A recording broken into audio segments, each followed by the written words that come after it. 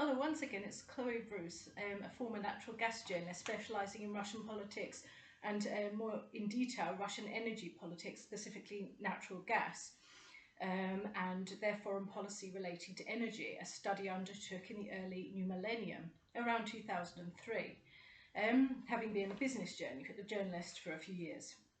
I've been talking on my YouTube channel about my diagnosis of schizophrenia in my late 20s, in the early new millennium also, and about mental health stigma and how it relates to a sort of fascism emerging, if you want. But of course, there's always a latent fascism. Once it emerges, you can look back in retrospect and identify fascist trends. And I'm talking specifically about the United Kingdom, my home country. I have been talking recently about the socio-economic life of the United Kingdom, as well as other videos that discuss the diagnosis of schizophrenia and later how I was diagnosed with epilepsy. I've been discussing how I've worked even with these illnesses, but more recently, I've been long-term unemployed, having been in a job or full-time study 25, 26 more years. I recently, well, not recently, but many years ago, sort of around 2009, I was to continue working for various reasons. And as I'm seizure prone, I have to watch sleep and stress. Although luckily I've been off my anti-epileptic several years now, and the seizures are under control. I'm following on today from my discussion yesterday because I'm appalled by a pre-budget speech given by Prime Minister Keir Starmer, leader of the Labour Party. I've been discussing these YouTube channels. I think many think it. How Labour is not really Labour. It hardly has any socialist discussions of what Labour means and historically, and it just seems to be a nasty extension of the Tory party. They're still trading criticisms, or rather Labour, maybe even a one-man band now in the criticism.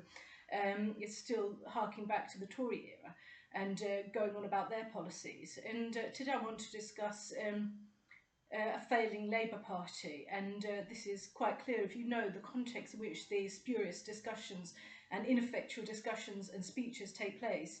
You will understand that as people go hungry, as I am this morning, you cannot actually stand there and say it's going to be changed for the better without actually addressing the issues in the immediacy. People are facing a terrifying ordeal on the streets tonight with the mass threat to the home.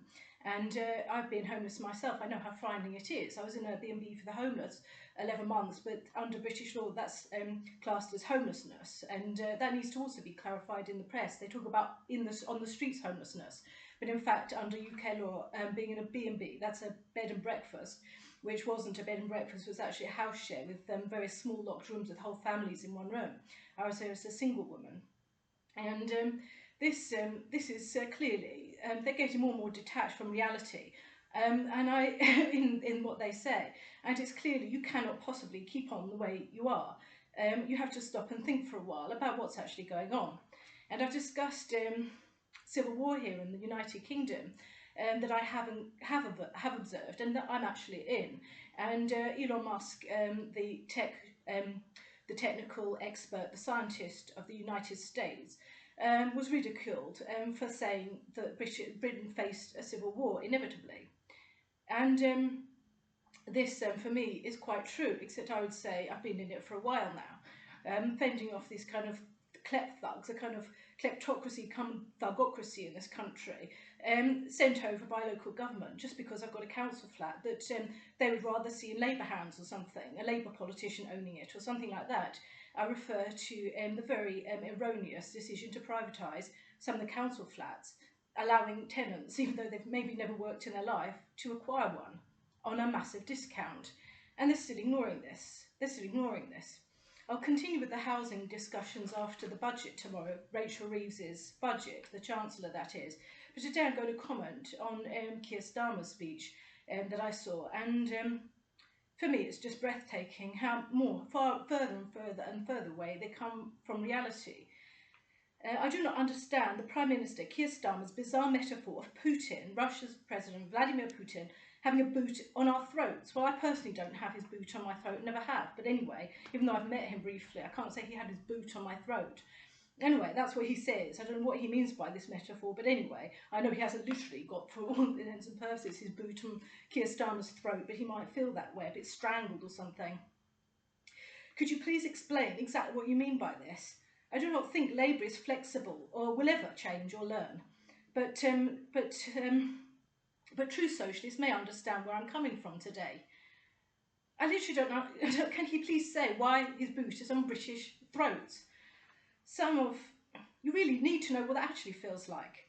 Some of them learned, these true socialists, learned from communist Russia's mistakes, but adapted to changing times without becoming Tory. The reason, it needs some innovation and imagination to permit socialist elements while maintaining the efficiency of a relatively deregulated market economy. The reason I'm hungry this morning is the myopic, arrogant, and not really Putin, as far as I can possibly tell, the myopic, arrogant, self-seeking nature of British politicians who never even had to purchase Russian gas if they didn't want to. If you've got a problem with him, don't buy their gas. This has been going for years. Britain is a relatively self-sufficient energy economy, unlike other countries of, well, the EU and of the EU back then, when we were in the EU. We've got our own natural gas and oil. With a bit of innovation, we needn't have bought any Russian gas ever. What's he done to you in terms of natural gas? All these discussions about his natural gas coercion in the relation to the EU, please do see yesterday's video about this and the details of his Russia's energy discussions at the BRICS summit recently in Kazan. You didn't have to take his gas. If you don't like him, don't buy any products from him like gas, historically. You don't have to take it. Just forget the guy ever happened, is what they say to women, actually. That's right. If they shunned Russia years and years ago, then he never actually initiated gas contracts with him at all in Britain.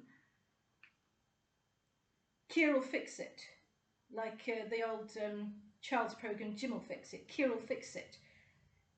I refer to him referring repeatedly, blethering on about fixing the foundations of Britain.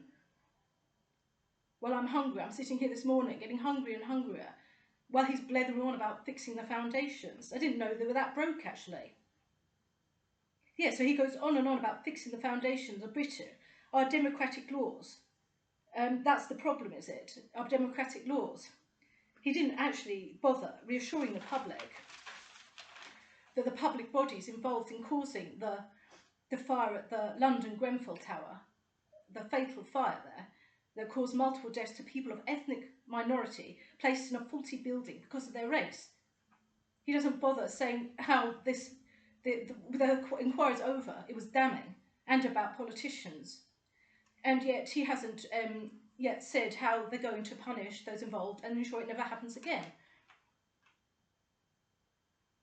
And it was in the report that this was a faulty building designed for people of ethnic minority, a nepotistic housing system on the social sector is what I've been discussing. This is in the context of his discussions about employment and the need for good jobs for people. In referring to this Grenfell Tower atrocity, unfair licensing, the building contracts given, this unfair licensing cited in the Grenfell report, a long report but nevertheless detailed, was one of the reasons for the mass incompetence going on. That is, unfair competition at work and in the workplace, in employment, as I've had to suffer, results in, believe it or not, industrial accidents and the deterioration of public services. Yet he talks of the need for good jobs without saying how past lessons should result in more fairness.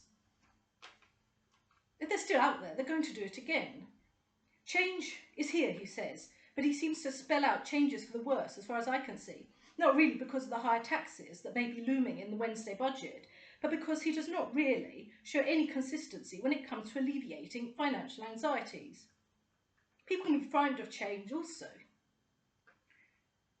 The threatened cut to pensioners' fuel allowance was shown to be reversed days later in the media, yet still he's taking questions from the press as though this policy to axe the fuel allowance for pensioners is still in place. I'm confused.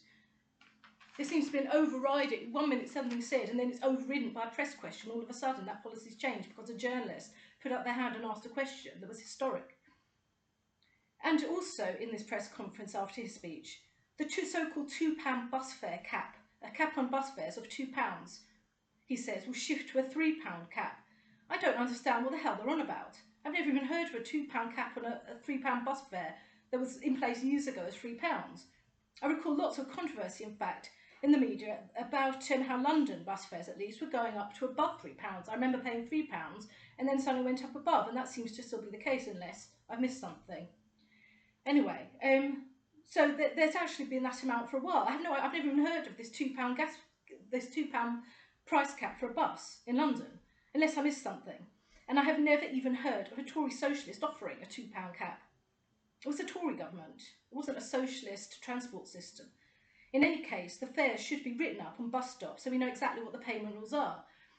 If you come back, you might get a cheaper price so long as it's within an hour, and it's quite confusing. And sometimes you literally can't see the amount taken off because the screen doesn't work on the swipe for your Oyster card, which is our payment system. We have a card that's got money on it. We put money on our card and swipe it and it takes it off, but it's never really showing it sometimes how much is taken off, so we can't really always gauge the fares. But I can say they aren't £2 and haven't been £2. They take a bringing back in the unions, the labour unions. Someone mentioned, let's have the unions again. I have no idea what they're on about. The National University, my former union, when I was a journalist, the National Union of Journalists, never did anything for me. They didn't lift a finger for me. And when I asked recently, a few years ago, are you actually lawyers? No reply. I needed a lawyer when I was being bullied at work and sexually harassed at work. No one was there for me. And he says he wants people to be in good jobs. What about the longevity of that job? You have to have proper law structures for the employed because things do happen at work. With the best will in the world, something crops up that needs a lawyer at work, a trained lawyer, not just someone who goes woo at you on the phone, some ghastly man goes woo when you ring up and just say, well, it's normal for women, lawyers to get, not lawyers, yeah, well, that's a slip in our heart, a journalist to get sacked. I didn't get sacked. I was doing a perfectly good job. They had no justification for sacking me. My work conditions were intolerable. If you have a lawyer for the employed, maybe they will stay in their job and you won't have to create any. This is what I mean about being one step behind every single thing that's going on, and the press, and the main UK medias. I suggest as such you reassure the lawyer of Britain that they, like the mentally ill, are not unaffordable. They keep making out I'm unaffordable. When I paid my taxes for Angela Rayner, the Deputy PM, her flat, while I was slogging out, my taxes went to a flat she purchased with some kind of mysterious windfall. And now they're saying I'm unaffordable. I think inefficient politicians are unaffordable. And they could make more effort to stop the strikes you have not yet resolved. He talks about he's resolved the junior doctors one. Whoopee! They might not be that happy anyway. At least for the time being, they might be relatively satisfied. But what about the other strikes, such as those recent strikes by the civil services of the United Kingdom? You mention one thing and ignore the rest. I don't literally know what the Russia's Kremlin, the presidential offices, the Kremlin, has ever done to Britain to deserve the boot in the throat metaphor. You know, a boot in the throat. He's not holding us to ransom. We have energy of our own. He hasn't said you're dead or anything like that because I'm not going to supply you with oil and gas. He hasn't said that. We've got energy of our own. I'm not sure what he's said to anyone else in Europe, but anyway, he hasn't said that to us because it would be implausible that he didn't know we had our own energy resources. Why has it got a boot in your throat when it might actually be gas-dependent countries that worry about that kind of interdependent relationship that gives rise to power politics, often from one side and not the other, the one that holds the cards in trade? If you've got energy, why would he be holding us to ransom? Can you not separate yourself off from other countries that are actually gas-dependent in terms of imports? We don't rely on imports of our energy. So why has he got a boot on your throat? And it's a bit odd if you think he's a judo expert and he's sort of having little fights with British politicians or something in the judo way. It is probably true that army demographics in this conflict between Ukraine and Russia the army demographics on both sides should be broken down into different elements so that those against fascism are differentiated, are separated off from the army fascists. Those fighting against fascism have to be separated off from army fascists, such as the Wagner group, some of them have died on Russian soil, in Russian airspace. And I notice media hostility to Putin. 1 minute Wagner is sort of doing Putin's bidding, and when they now say Putin personally killed them by shooting down a helicopter with Prigozhin on, now suddenly he's unpopular for disposing of these monsters. If he did, they're saying he personally did it, and now they're sort of hostile. All of a sudden, just so long as it's someone who doesn't like Putin, no matter how ghastly they are, they're going to be revered. And when you say, Keir Starmer, women and girls will notice Chancellor Rachel Reeves tomorrow because she's the first woman Chancellor, you say, to deliver a budget. You say she's the first Chancellor to deliver a budget who's a woman. And you say young women and girls will go, ooh, or something, will notice her. I do recognise it's Halloween. Keir will fix it. His pseudo-politics is wearing thin. His pre-budget speech was literally unwatchable as it waffles on and on, leaving us to work out which of our democratic foundations are faulty. As he spoke, I could feel my stomach rumble. The benefits amount I'm getting is not enough and to eat on right currently, and they have recently striked and are refusing to process the bureaucracy for adapting the benefits. It's stalled, this bureaucracy. This was a previously well-functioning service, the Department of Work and Pensions, but now, along with all other services, have stalled. Even though I asked, after a lawyer through the Law Society, I asked the Law Society, "Are you on strike?" Because there's no lawyer in any context. They didn't bother to reply, actually, and I was looking out for them, and I'm not going to bother in future, actually.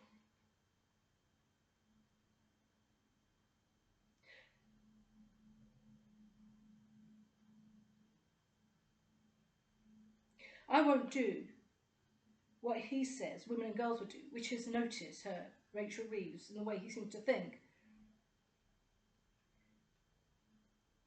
If you say Putin has a boot in our throat, don't let him. He cannot possibly. What are we ever so bound with Russia that it's that much of a disaster? He might have all kinds of holds on Ukraine, but it's literally a separate issue to us. Can't you have some distance? And the media, the UK TV media, can't you put yourself at a bit more of a distance? The martial arts move, I think, being in mind, if you bear in mind he's a martial artist, and Keir Starmer, I don't know if he's done martial arts, but anyway, he's a musician by training. As a judo master, is that the right move anyway? A boot in the throat? I'd say, as a martial artist myself, an axe kick is more it to the throat. I say, give Labour the axe and reinstate genuine socialist ideals. Thank you.